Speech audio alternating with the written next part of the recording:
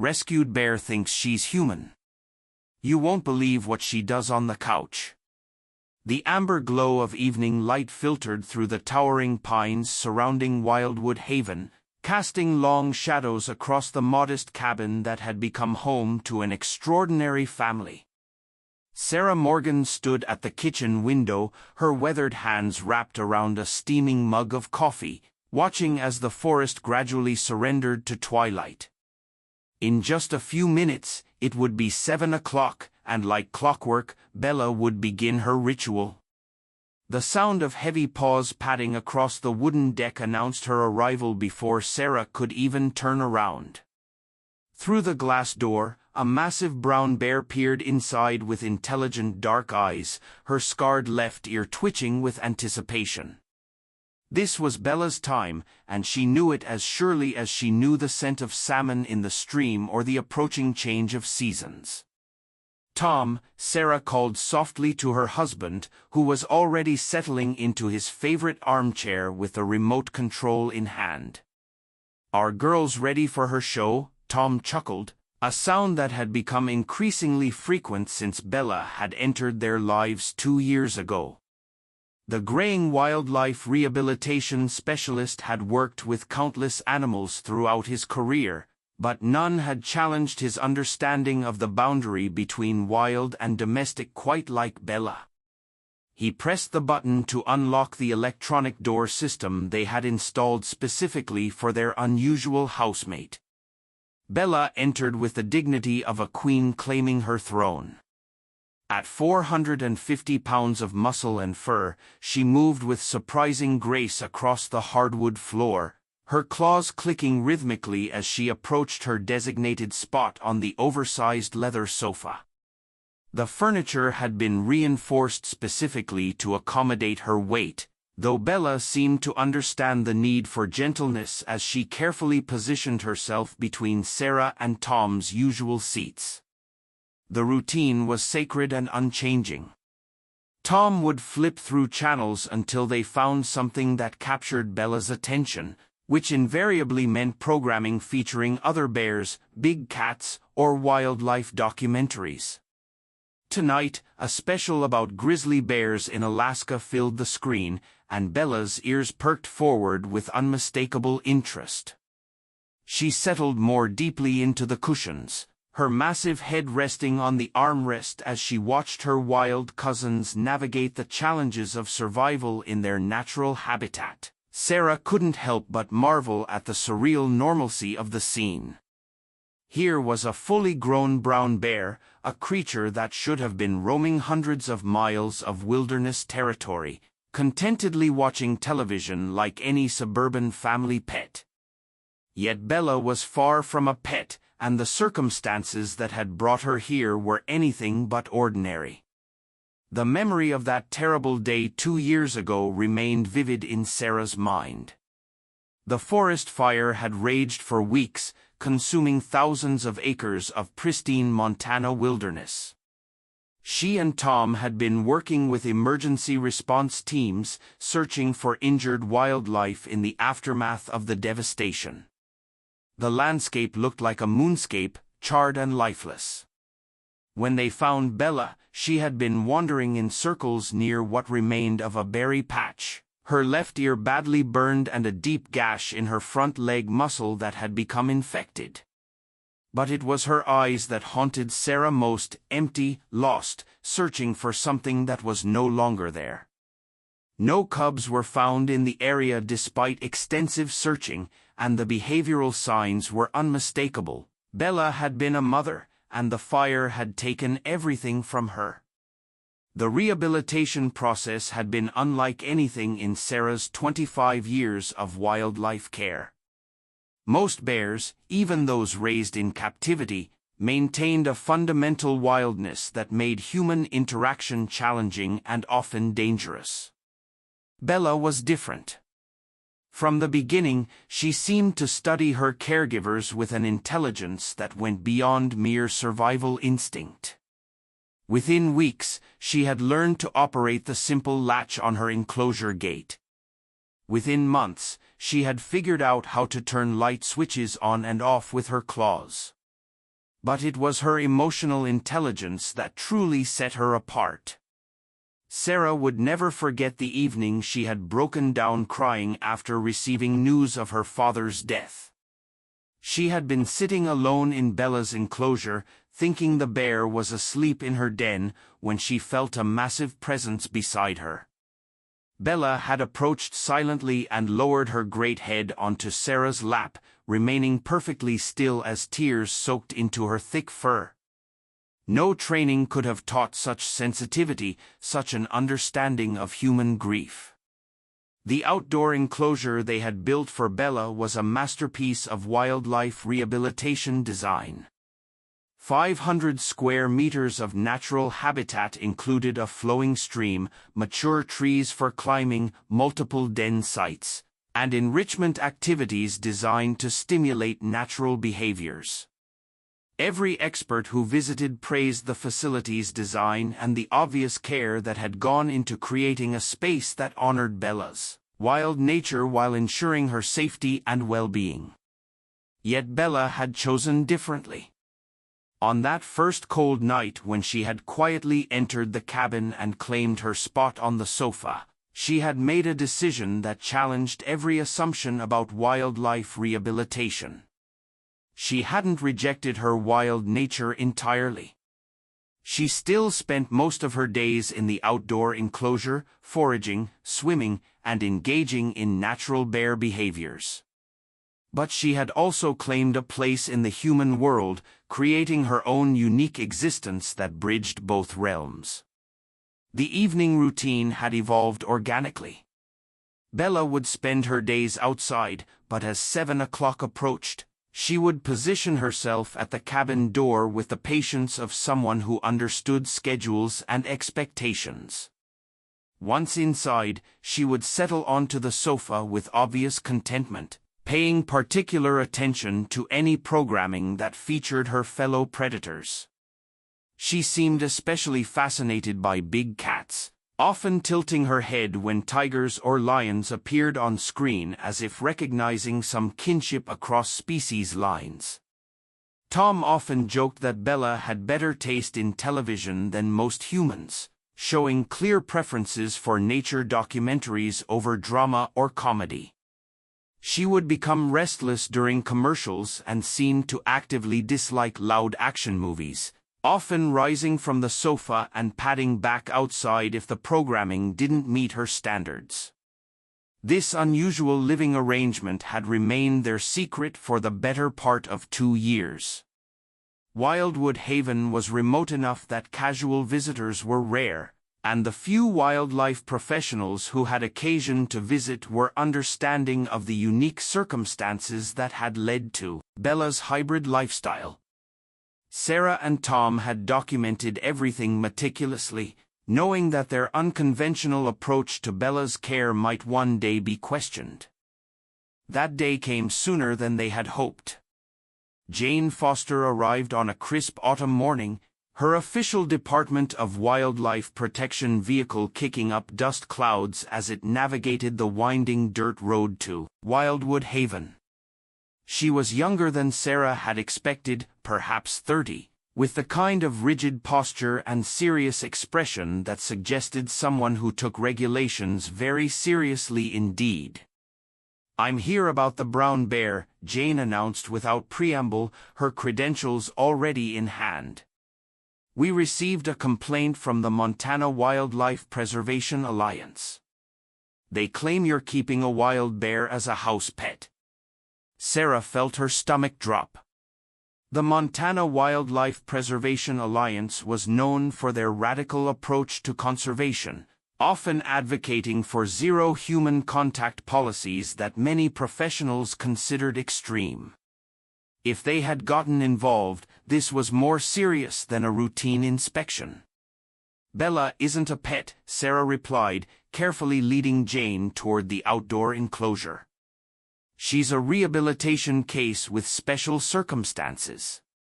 Her injuries prevented release, and her behavioral adaptations have been documented by multiple experts." Jane's expression remained skeptical as they walked.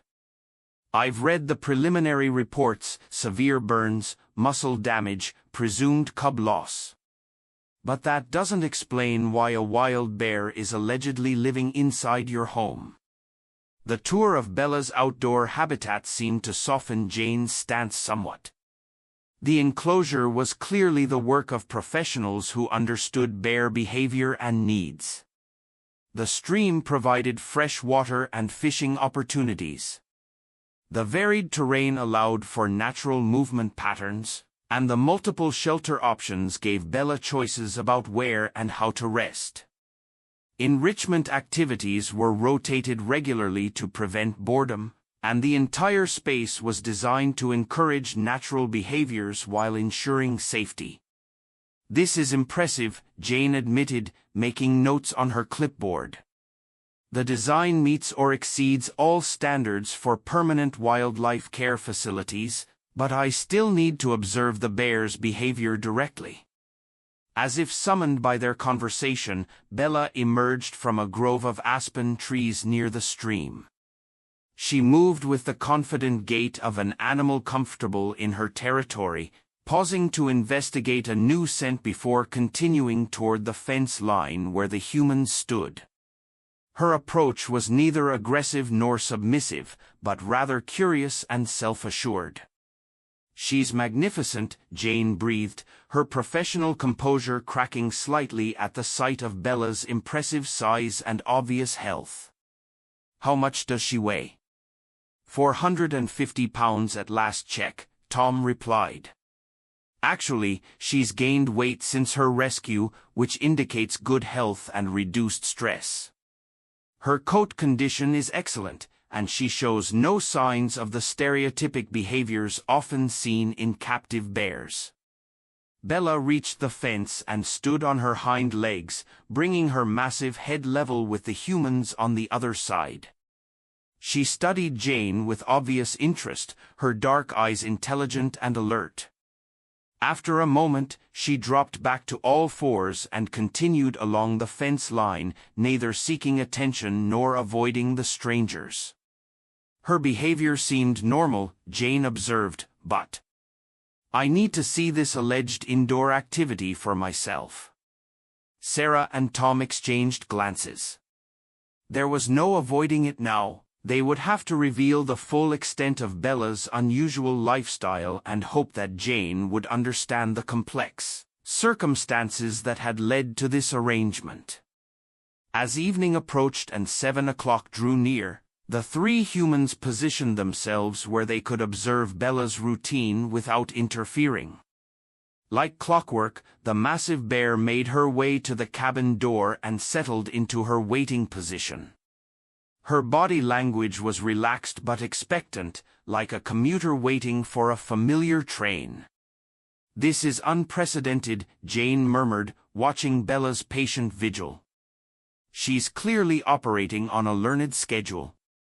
When Tom activated the door release, Bella entered the cabin with the same dignity she displayed in her outdoor territory. She moved directly to the sofa, arranged herself carefully on the reinforced cushions, and turned her attention to the television screen. Her posture was alert and engaged, clearly anticipating the evening's entertainment. Jane followed them inside, her clipboard forgotten, as she witnessed the surreal domesticity of the scene. A massive wild predator sitting calmly on living room furniture, watching a documentary about Arctic wildlife with obvious interest. It challenged every assumption about the boundary between wild and domestic animals. "This is deeply disturbing," Jane said finally, though her voice lacked the conviction her words suggested. "A wild bear should not be sitting on furniture watching television like a house pet." "But she's not a house pet," Sarah insisted. "She chooses to be here. The door is never locked, and she comes and goes as she pleases. This is just one aspect of her daily routine, not her entire existence." The debate that followed was intense but civil. Jane argued that allowing such behavior was tantamount to domestication, potentially dangerous to both Bella and any humans who might encounter her. Sarah and Tom countered that forcing Bella to conform to purely wild behaviors would be cruel given her unique history and psychological adaptations. Recognizing the complexity of the situation, Sarah made a crucial decision. She reached for her phone and placed 2 calls that would determine Bella's future. The first was to Professor James Wilson, a renowned bear behavior specialist from the University of Montana who had been following Bella's case since her rescue. The second was to Dr. Elena Martinez, the veterinarian who had overseen Bella's medical treatment and recovery. Both experts arrived within 48 hours, drawn by the unusual nature of the case and the potential implications for wildlife rehabilitation practices. Professor Wilson, a distinguished man in his 60s with decades of experience studying bear behavior in the wild, was particularly intrigued by reports of Bella's television viewing habits. In 40 years of studying earth sign behavior, he told the assembled group, "I've never encountered anything quite like this. Bears are remarkably intelligent animals, but the level of adaptation you're describing suggests something extraordinary." Dr. Martinez, a practical woman who had treated countless wildlife injuries, was more concerned with Bella's physical and psychological well-being. "The question isn't whether this behavior is normal," she explained, "but whether it's harmful. If Bella is healthy, unstressed, and engaging in natural behaviors alongside these learned routines, then we need to consider what's best for her as an individual." The evaluation process took 3 days. Professor Wilson observed Bella during all phases of her daily routine, documenting her natural behaviors in the outdoor enclosure as well as her evening television sessions.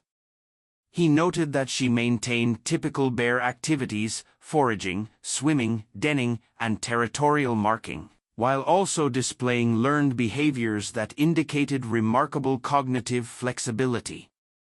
"Bella has essentially created her own behavioral repertoire," Wilson explained to Jane during one of their evening observations. "She hasn't lost her wild instincts, but she's added human-compatible behaviors to her existing skill set. This is adaptation, not domestication." Martinez's medical evaluation was equally revealing. Bella's stress hormone levels were within normal ranges for a healthy bear, her weight and coat condition were excellent, and she showed none of the physical indicators of psychological distress commonly seen in captive wildlife. Most significantly, her immune system was robust, suggesting that her current lifestyle was supporting rather than compromising her health. Forcing her into a purely wild environment at this point would likely cause significant physiological stress, Dr. Quim Martinez concluded. "She's bonded to this place and these people in a way that's become integral to her psychological well-being. Separation could lead to immune system suppression, behavioral depression, and potentially life-threatening health complications." Jane found herself in an impossible position. The regulation she was sworn to uphold seemed clear: wild animals belonged in wild places, not on living room furniture.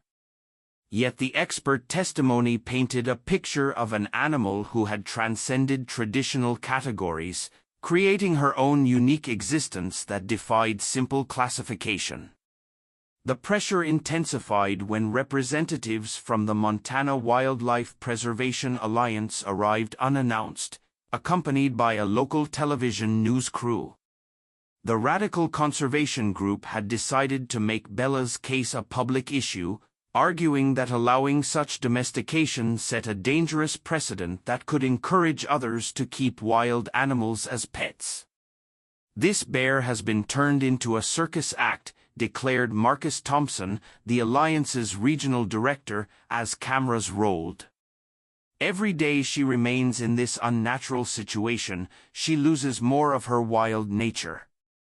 She belongs in a proper facility where she can live as nature intended, without human interference. The media attention was intense and largely negative. News stories focused on the sensational aspects of Bella's television viewing, often ignoring the complex circumstances that had led to her current situation. Online comments ranged from amused to outraged, with many people expressing concern about the precedent being set. Sarah and Tom found themselves under siege, fielding calls from reporters, wildlife officials, and concerned citizens. The stress was overwhelming, made worse by their genuine concern for Bella's welfare. They had never intended to create controversy. They had simply responded to the needs of an injured animal with compassion and flexibility. The crisis reached its peak during a particularly harsh snowstorm in late November. The sanctuary was caring for several animals in addition to Bella, including a young white-tailed deer named Clover who had been orphaned the previous spring. The fawn had been successfully rehabilitated and was scheduled for release the following spring, but for now, she lived in a heated shelter near the main cabin. During the night, heavy snow caused the roof of Clover's shelter to partially collapse, trapping the terrified animal inside. The structure was unstable, and neither Sarah nor Tom could safely enter to attempt a rescue. They were preparing to call emergency services when an unexpected savior appeared. Bella had left her comfortable spot on the sofa and was standing at the cabin door, clearly agitated by the sounds of distress coming from the collapsed shelter. When Tom opened the door, she immediately headed toward the emergency, moving with purpose and determination. What happened next would be talked about for years to come. Bella approached the damaged structure and began systematically removing debris with her powerful claws and teeth. She worked with remarkable precision, carefully avoiding areas where additional collapse might occur. When she had cleared enough space, she squeezed her massive body through the opening and gently nudged Clover towards safety. The rescue took less than 10 minutes, but its impact was profound. Here was clear evidence that Bella hadn't lost her natural instincts or her capacity for appropriate decision-making. She had assessed a dangerous situation, formulated a plan, and executed a rescue that no human could have accomplished safely. Jane Foster witnessed the entire event, and it fundamentally changed her perspective on Bella's case. This wasn't learned behavior, she told Professor Wilson the next morning. This was pure instinct combined with problem-solving intelligence. She made a choice to help another animal in distress using her natural abilities in a completely novel situation. The rescue also provided Jane with an idea for resolving the regulatory dilemma. She requested a private meeting with Bella, asking to spend time alone with the bear to make her own assessment of the animal's psychological state and human compatibility.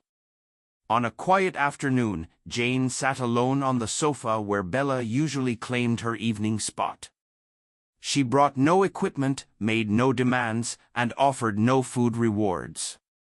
She simply sat quietly, allowing Bella to approach or ignore her as the bear chose. For nearly 20 minutes, Bella observed Jane from various positions around the room.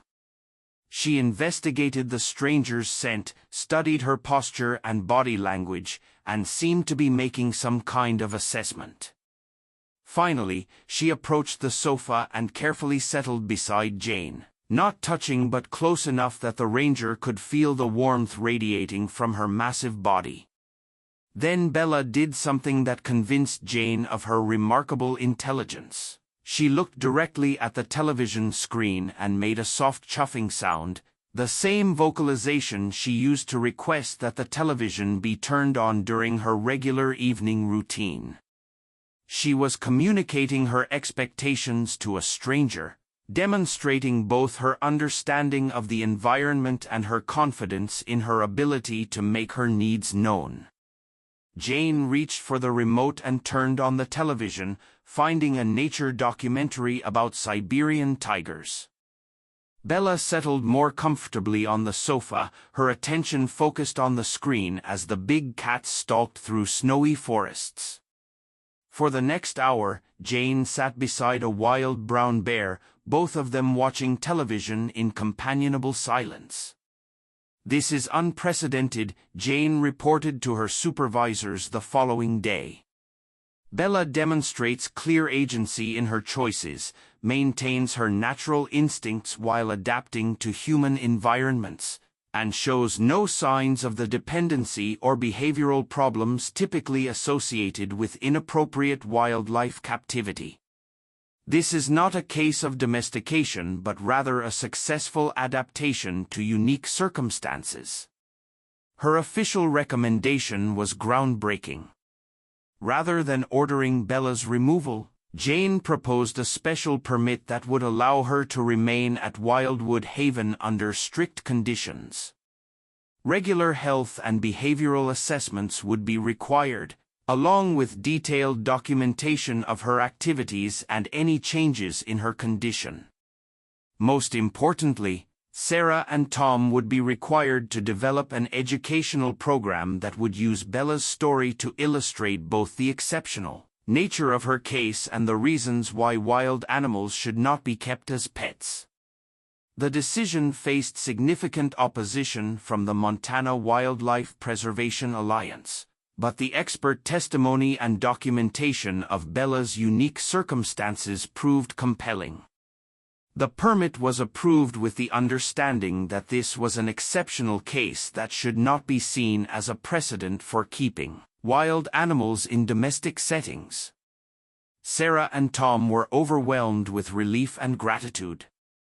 They immediately began work on the required educational program, developing presentations and materials that would help people understand the complex factors that had led to Bella's unusual lifestyle. They emphasized that her case was the result of specific circumstances, severe injuries, presumed cub loss, and exceptional intelligence that made traditional rehabilitation impossible. The documentary project they developed became a powerful tool for wildlife education. Rather than sensationalizing Bella's television viewing habits, it explored broader questions of animal intelligence, adaptation, and the sometimes blurry lines between wild and domestic. Bella became a symbol not of domestication but of the remarkable flexibility and resilience of wildlife in the face of unprecedented challenges. As winter gave way to spring, Bella's behavior began to change in subtle but significant ways. She became less interested in her evening television sessions, often choosing to remain outside even when invited in. Her appetite decreased slightly, and Sarah noticed her spending more time in the corner of her outdoor enclosure, digging and arranging bedding materials with unusual intensity. Concerned about these changes, Sarah scheduled a comprehensive health evaluation with Dr. Martinez. The examination revealed something extraordinary that no one had anticipated: Bella was pregnant.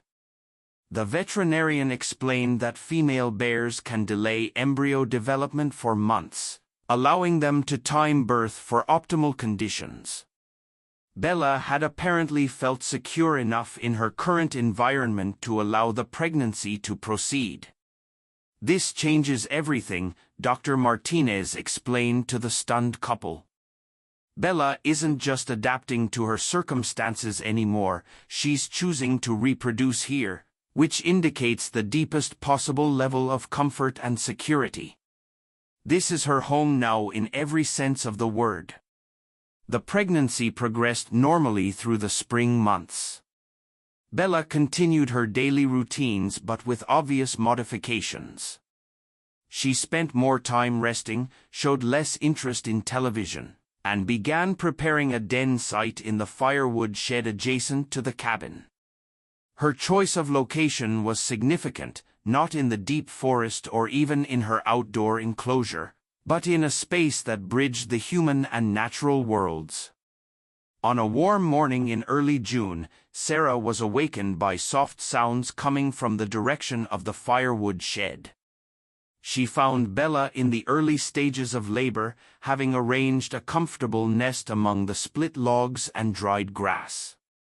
The birth was natural and uncomplicated, resulting in 2 healthy cubs, 1 male and 1 female. As Bella licked her newborns clean, her eyes held a contentment that Sarah had never seen before. The lost, searching expression that had haunted her since the fire was gone, replaced by the focused intensity of a mother with a purpose. She had chosen this place, the strange boundary between wild and domestic, to begin a new generation. Sarah and Tom sat quietly nearby, understanding that they were witnessing something profound. Bella had not just survived her trauma and adapted to unusual circumstances, she had found a way to move forward, to create new life in a place where she felt safe and secure. Her cubs would grow up in this unique environment, never knowing the pure wildness their mother had lost but perhaps inheriting her remarkable ability to navigate between worlds. The future remained uncertain, questions about the cubs' eventual fate would need to be addressed as they grew.